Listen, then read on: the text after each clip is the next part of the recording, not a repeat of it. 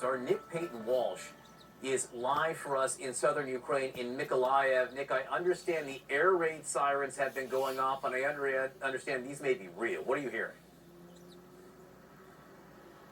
Yeah, we heard air raid sirens after we heard two impacts landing here. And the significance of this, John, is not that there's been shelling around Mykolaiv. That's been the case over the last 2 or 3 weeks. These were two impacts, certainly, which landed in the city centre. I won't go into exactly the details where they were to aid those firing them, but this was right in the heart of the city. That's not happened before, specifically in the area near where I am. And that feeds into a pattern of Russian behaviour here. Yes, it was followed by air raid sirens. Yes, life here was beginning to get back to normal because Ukrainian forces have seen some success pushing Russia back towards Kherson, the city that it first took at the beginning of this war. But that's come at a cost, and the cost is heavy weapons being used, often indiscriminately, often against precise targets. We don't know what was hit just now. We do know, though, it's another sign Russia is angry and lashing out with exceptional violence.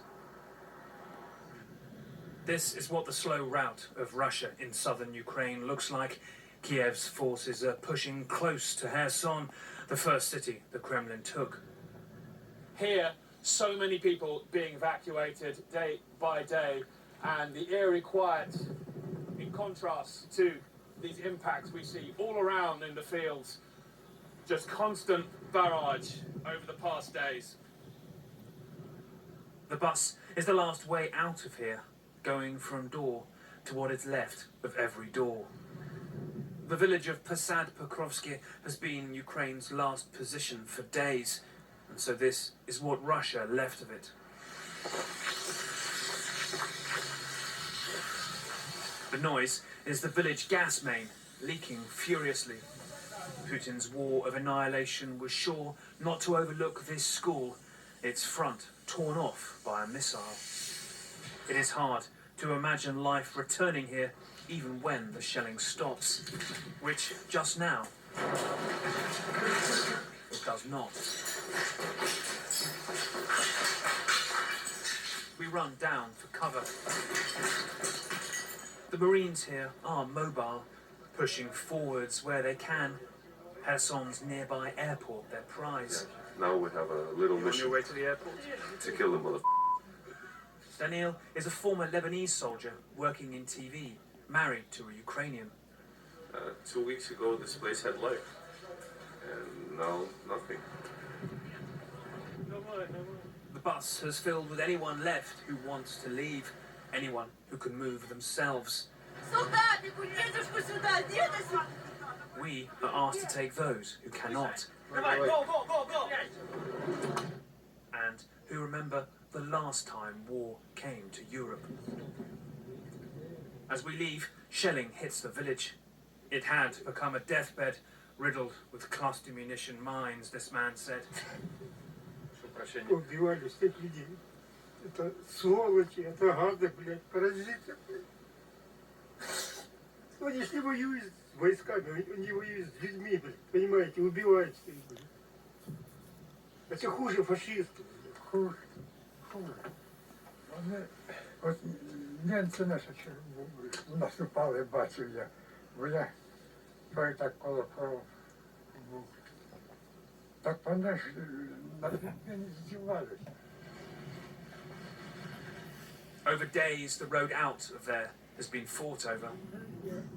It's pock-marked concrete lined with these tiny, peaceful worlds ripped open. This woman was in Poland when Russians took her hometown, Kherson, where her children are. Мне домой надо. Nikolai can't really hear the blast at his age, but sent his wife to live with his daughter in the city.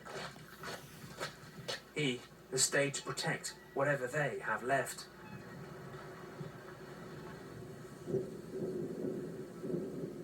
Shelling hits the road out again, and we drive past the earth Putin's shells have happily scorched as his army slowly loses whatever ground here it gained, Ukraine's guns pushing them back.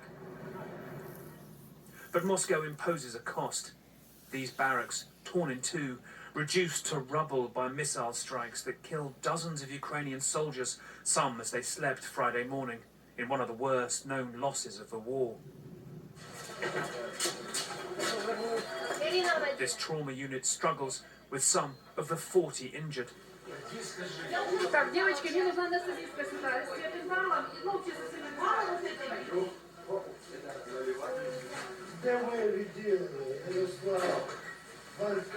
One soldier asking for his friends by name. Not all injuries involve blood.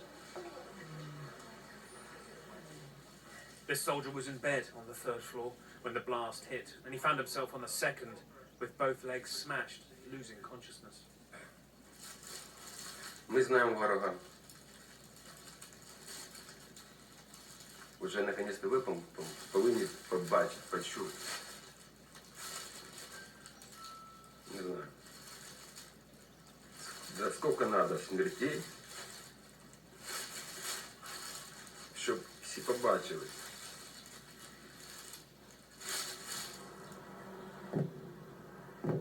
That night, the Kremlin's blunt force hits another target around Mykolaiv. Moscow may be losing ground here, but does all it can to crush and stifle what it cannot have. There can be no doubt that Ukrainian forces are taking back the ground that they lost initially to Russian forces, certainly towards the vital target of Kherson and its main airport where Russian bases are. But the blasts we just heard, will be deeply troubling for those in Mykolaiv. They've seen explosions on the city outskirts, but nothing really that close. And this may be another sign that as Russia loses, its vengeance is brutal, indiscriminate, and intense. Back to you. Nick, I have to say, what a story, what a report that was. So many different arcs to follow. The military, yes, the Ukrainians pushing the Russian backs, but also the human stories there of so much suffering. Nick, thanks so much for that.